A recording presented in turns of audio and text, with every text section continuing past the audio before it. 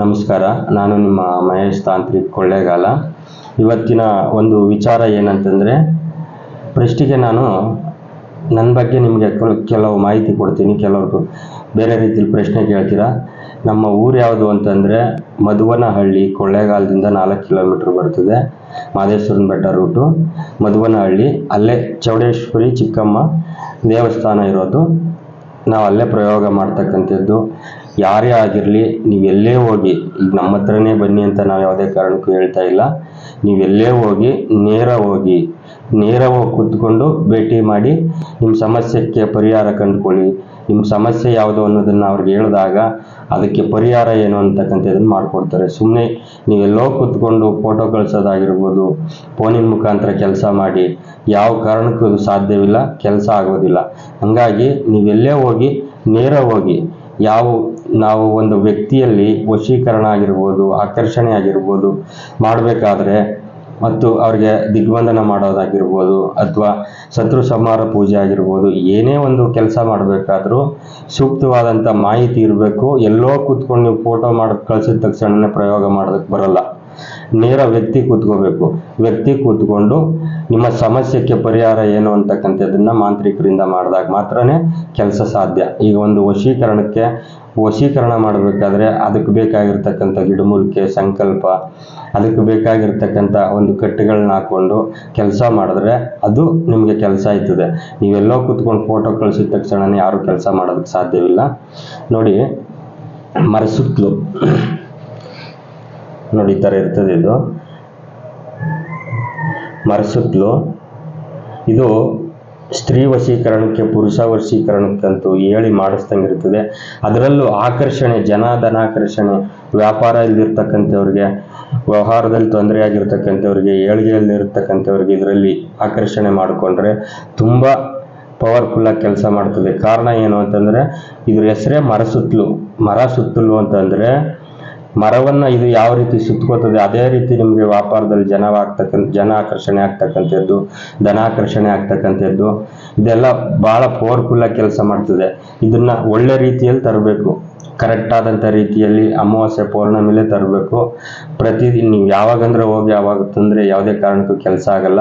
ಮರಸುತ್ತಲು ಒಂದು ಮರಕ್ಕೆ ಇದು ಸುತ್ತಕೊಂಡಿರಬೇಕು.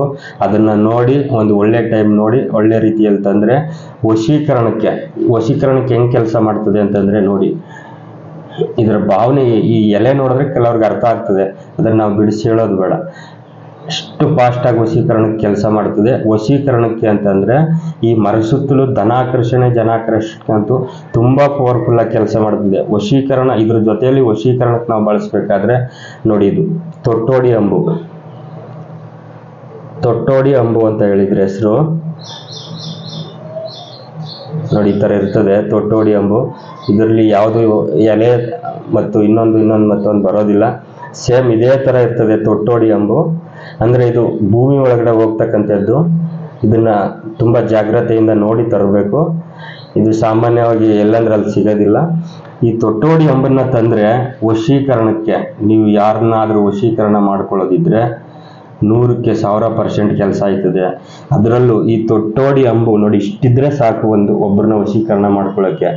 ಇದನ್ನೇನಾದರೂ ಕರೆಕ್ಟ್ ಆದಂಥ ರೀತಿಯಲ್ಲಿ ಸಿದ್ಧಿ ಮಾಡಿಕೊಂಡು ತಂದಿಟ್ಕೊಂಡು ನೆರಳಲ್ಲಿ ಒಣಗಿಸಿ ಇದಿಷ್ಟೇ ಕಟ್ ಮಾಡಿಕೊಂಡು ಗಂಧ ಥರ ತೇಯ್ಕೊಂಡು ಇದನ್ನು ಮೈನ್ ಕೊಳೆ ಮುಖಾಂತರನೋ ಅಥವಾ ಬೆವರಿನ ಮುಖಾಂತರನೋ ಮಿಕ್ಸ್ ಮಾಡಿ ಹೊಟ್ಟೆಗೆ ಏನಾದರೂ ಕೊಟ್ಟರೆ, ಅವ್ರು ತಿಂದಿರ್ತಕ್ಕಂಥ ವ್ಯಕ್ತಿ ವಶೀಕರಣ, ಯಾರನ್ನ ನಾವು ವಶ ಮಾಡ್ಕೋಬೇಕು ಆ ವ್ಯಕ್ತಿಗೆ ನಾವು ಹೊಟ್ಟೆಗೆ ಇದನ್ನೇನಾದ್ರು ಕೊಟ್ಟು ತಿನ್ನಿಸ್ಬಿಟ್ರೆ, ನಮ್ಮ ಮೈನ್ ಕೊಳೆ ಮುಖಾಂತರನೋ ಅಥವಾ ಬೆವರಿನ ಮುಖಾಂತರನೋ ಕೊಟ್ಟು ತಿನ್ನಿಸ್ತಿದೆ ಆದರೆ, ಅಥವಾ ಇದನ್ನು ತಲೆಗೂ ಹಚ್ಬೋದು.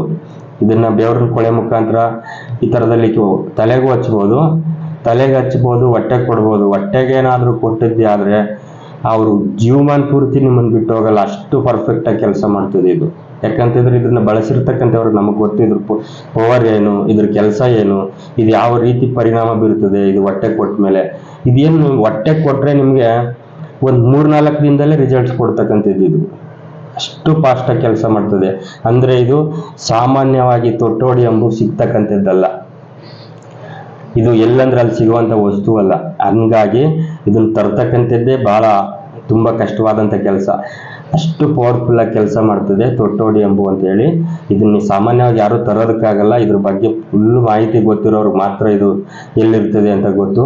ಅದನ್ನ ತಂದು ಕರೆಕ್ಟ್ ಆದಂತ ರೀತಿಯಲ್ಲಿ ಸಿದ್ಧಿ ಮಾಡಿಕೊಂಡು ನಾವೇನಾದ್ರೂ ಈಗ ಹೊಟ್ಟೆ ಕೊಡೋದಕ್ಕಾಗಲ್ಲ, ಅವರೆಲ್ಲೋ ದೂರ ಇದ್ದಾರೆ, ಪರವಾಗಿಲ್ಲ, ಇದನ್ನ ಫೋಟೋದ ಮೇಲೆ ಬೇಕಾದ್ರೂ ಪ್ರಯೋಗ ಮಾಡ್ಬೋದು. ಅವರ ವಸ್ತು ಮೇಲೆ, ತಲೆ ಕೂದಲ ಮೇಲೆ, ಕಾಲಜ್ಜ ಮಣ್ಣು, ಬಟ್ಟೆ, ಯಾವ್ದ್ರ ಮೇಲಾದ್ರೂ ಇದನ್ನ ಪ್ರಯೋಗ ಮಾಡ್ಬೋದು. ಹೊಟ್ಟೆ ಕೊಡೋದಕ್ಕಾಗಲ್ಲ ಅಂತಂದ್ರೆ ಪ್ರೆಸ್ಟಿಗೆ ಆಕರ್ಷಣೆ ಮಾಡಿಕೊಂಡು ಅದಾದ ನಂತರ ಅವ್ರು ಬಂದಾದ ನಂತರ ನಿಮ್ಮ ಹತ್ರ ಆಕರ್ಷಣೆ ಆಗಿ ಅವರು ನಿಮ್ಮ ಕಡೆಗೆ ಬಂದಾದ ನಂತರ ಹೊಟ್ಟೆ ಕೊಡ್ಬೋದು. ಇದನ್ನ ಅಷ್ಟು ಪವರ್ಫುಲ್ ಆಗಿ ಕೆಲಸ ಮಾಡ್ತದೆ.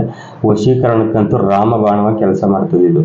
ಏನು ತೊಟ್ಟೋಡಿ ಎಂಬು ಮರಸುತ್ತಲು ಎರಡೂ ನೋಡಿ.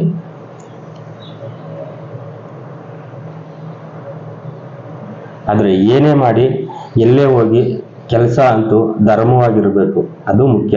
ಯಾಕಂತಂದ್ರೆ ಯಾರೋ ಒಬ್ಬರನ್ನ ನೀವು ಏನೋ ಒಂದು ಕೆಟ್ಟ ಕೆಲಸಕ್ಕೆ ಇದನ್ನ ಬಳಸೋದಕ್ಕೋಸ್ಕರ ಉಪಯೋಗಿಸೋದಾದ್ರೆ ಅದು ಖಂಡಿತವಾಗ್ಲೂ ಆ ಕ್ಷಣಕ್ಕೆ ನಿಮ್ಗೆ ಒಳ್ಳೇದಾಗಿರ್ಬೋದು, ಮುಂದೆ ಅದು ಎಂದಿದ್ರು ತೊಂದರೆ ಆಗ್ತದೆ. ಹಂಗಾಗಿ ಧರ್ಮವಾಗಿ ಬಳಸಿ. ನಮಸ್ಕಾರ, ಒಳ್ಳೇದಾಗಲಿ.